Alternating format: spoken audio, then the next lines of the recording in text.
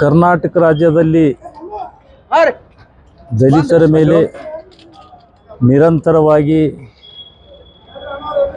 ಕೊಲೆಗಳು, ದೌರ್ಜನ್ಯಗಳು, ಅತ್ಯಾಚಾರಗಳು ನಡೆದಿರತಕ್ಕಂಥದ್ದು.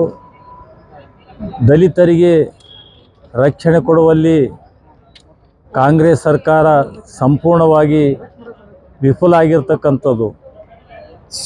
ಮಾನ್ಯ DK ಶಿವಕುಮಾರ್ ಅವರ ಮತಕ್ಷೇತ್ರದಲ್ಲಿ ಒಬ್ಬ ದಲಿತನ ಕೈ ಕತ್ತರಿಸಿ ಹಾಕಿರ್ತಕ್ಕಂಥದ್ದು, ಮತ್ತು ಬಿಸಿ ಊಟ ಶಾಲೆಯಲ್ಲಿ ಬಿಸಿ ಊಟ ಮಾಡುವಾಗ ದಲಿತ ಮಕ್ಕಳ ತಟ್ಟೆಯನ್ನು ತೆಗೆಲಾರ್ತಕ್ಕಂಥ ಸಂದರ್ಭಗಳು, ಇಂಥವು ಅನೇಕ ಘಟನೆಗಳು ಜರುಗಿಸಿದರೂ ಕೂಡ ಸರ್ಕಾರ ಯಾವುದೇ ಕ್ರಮ ತೆಗೆದುಕೊಳ್ಳದೆ ದಲಿತರ ಪರವಾಗಿ ನ್ಯಾಯ ಒದಗಿಸಿಕೊಡುವಲ್ಲಿ ವಿಫಲ ಆಗಿರ್ತಕ್ಕಂಥದ್ದು. ಉದಾಹರಣೆಯಾಗಿ ಈ ಗುಲ್ಬರ್ಗ ಜಿಲ್ಲೆಯಲ್ಲಿ ಆಳಂದ ತಾಲೂಕಿನ ಕೆರಂಬಿಗಿ ಗ್ರಾಮದ ಶರಣಮ್ಮ ಮತ್ತು ಚಂದಮ್ಮ ಅಂತಕ್ಕಂಥ ಕೂಲಿ ಮಾಡ್ತಕ್ಕಂಥ ಮಹಿಳೆಯರು, ಕಟ್ಟಡ ಕಾರ್ಮಿಕರಾಗಿ ಕೆಲಸ ಮಾಡ್ತಕ್ಕಂಥವರು, ಕಳೆದ ಏಪ್ರಿಲ್ 24ರಂದು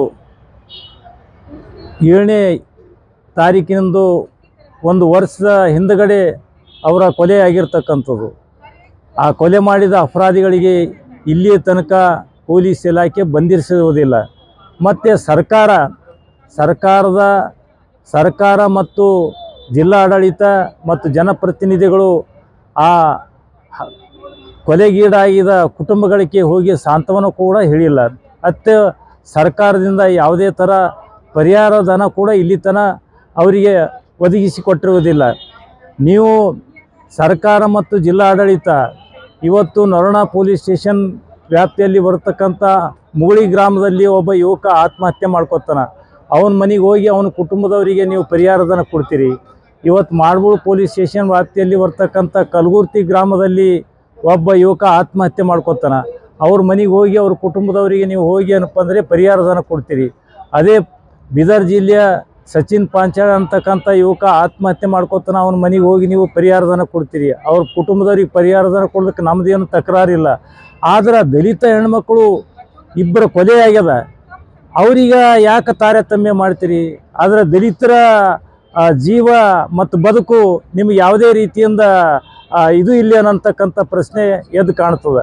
ಅದಕ್ಕಾಗಿ ಗುಲ್ಬರ್ಗ ಜಿಲ್ಲೆಯಲ್ಲಿ ಪೊಲೀಸ್ ಇಲಾಖೆ, ವಿಶೇಷವಾಗಿ ಪೊಲೀಸ್ ಆಯುಕ್ತರು ಇವತ್ತು ಯಾರು ಉಳ್ಳವರ ಮನೆ ಕಳ್ತನ ಆದ್ರೆ ಆ ಕಳ್ತನ ಮಾಡ್ತಕ್ಕಂಥವ್ರಿಗೆ ಏನಪ್ಪ ಅಂದರೆ 24 ಗಂಟೆ ಒಳಗೆ ನೀವು ಅರೆಸ್ಟ್ ಮಾಡ್ತೀರಿ, ಬೇರೆ ಬೇರೆ ರೌಡಿಗಳಿಗೆ ತಂದು ಕೂಡಿಸ್ತೀರಿ.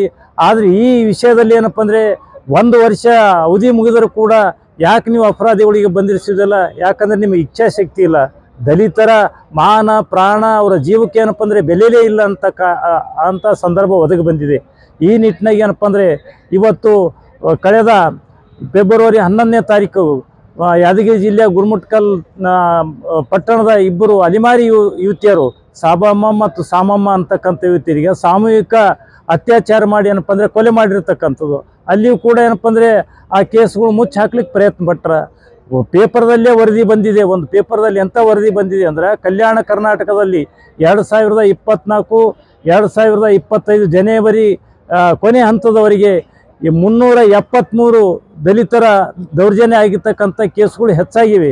ಆದರೆ ಇದ್ರ ಮ್ಯಾಗಿನ ತಿಳಿತದೆ ಏನಪ್ಪ ಅಂದರೆ ಕಾಂಗ್ರೆಸ್ ಪಕ್ಷ, ಕಾಂಗ್ರೆಸ್ ಸರ್ಕಾರ ಎಷ್ಟರ ಮಟ್ಟಿಗೆ ಏನಪ್ಪ ಅಂತಂದರೆ ದಲಿತರಿಗೆ ನ್ಯಾಯ ಒದಗಿಸ್ಕೊಳ್ಳಲಿ ಮತ್ತು ರಕ್ಷಣೆ ಮಾಡಲಿ ಇದು ಆಗ್ಯದ ಅಂತಕ್ಕಂಥದ್ದು.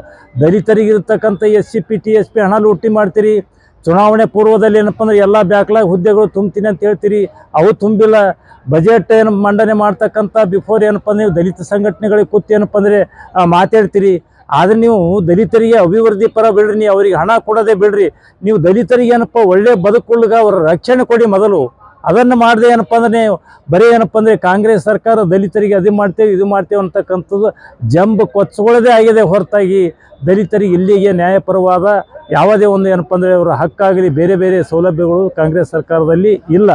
ಈ ನಿಟ್ಟಿನಾಗ ಏನಪ್ಪ ಅಂದರೆ ಗುರುಮುಟ್ಕಲ್ ಒಂದು ಘಟನೆ ಮತ್ತು ಇಲ್ಲಿರ್ತಕ್ಕಂಥ ಏನು ಕೆರಂಬಲ್ಗಿದೆ ಏನೋ ಸಾಬಮ್ಮ ಮತ್ತು ನಮ್ಮ ಶರಣಮ್ಮ ಇವರ ಕೊಲೆ ಮಾಡಿದ ಅಪರಾಧಿಗಳನ್ನು ಬಂಧಿಸಲಿಕ್ಕೆ ಮತ್ತು ಅವರಿಗೆ ಪರಿಹಾರಧನ ವಿತರಣೆ ಮಾಡಲಿಕ್ಕೆ ಒಂದು ಕರ್ನಾಟಕ ರಾಜ್ಯ ದಲಿತ ಸಂಘರ್ಷ ಸಮಿತಿ ಕ್ರಾಂತಿಕಾರಿ ಬಣದ ಒಂದು ನಿಯೋಗ ಮಾನ್ಯ ಮುಖ್ಯಮಂತ್ರಿಯವರಿಗೆ ಮತ್ತು ಮಾನ್ಯ ಗೃಹ ಸಚಿವರಿಗೆ ಮತ್ತು ಮಾನ್ಯ ಉಸ್ತುವಾರಿ ಸಚಿವರಿಗೆ ಭೇಟಿ ಮಾಡಿ ಒಂದು ಮನವಿ ಪತ್ರಗಳು ಕೂಡ ಕೊಡ್ತೇವೆ.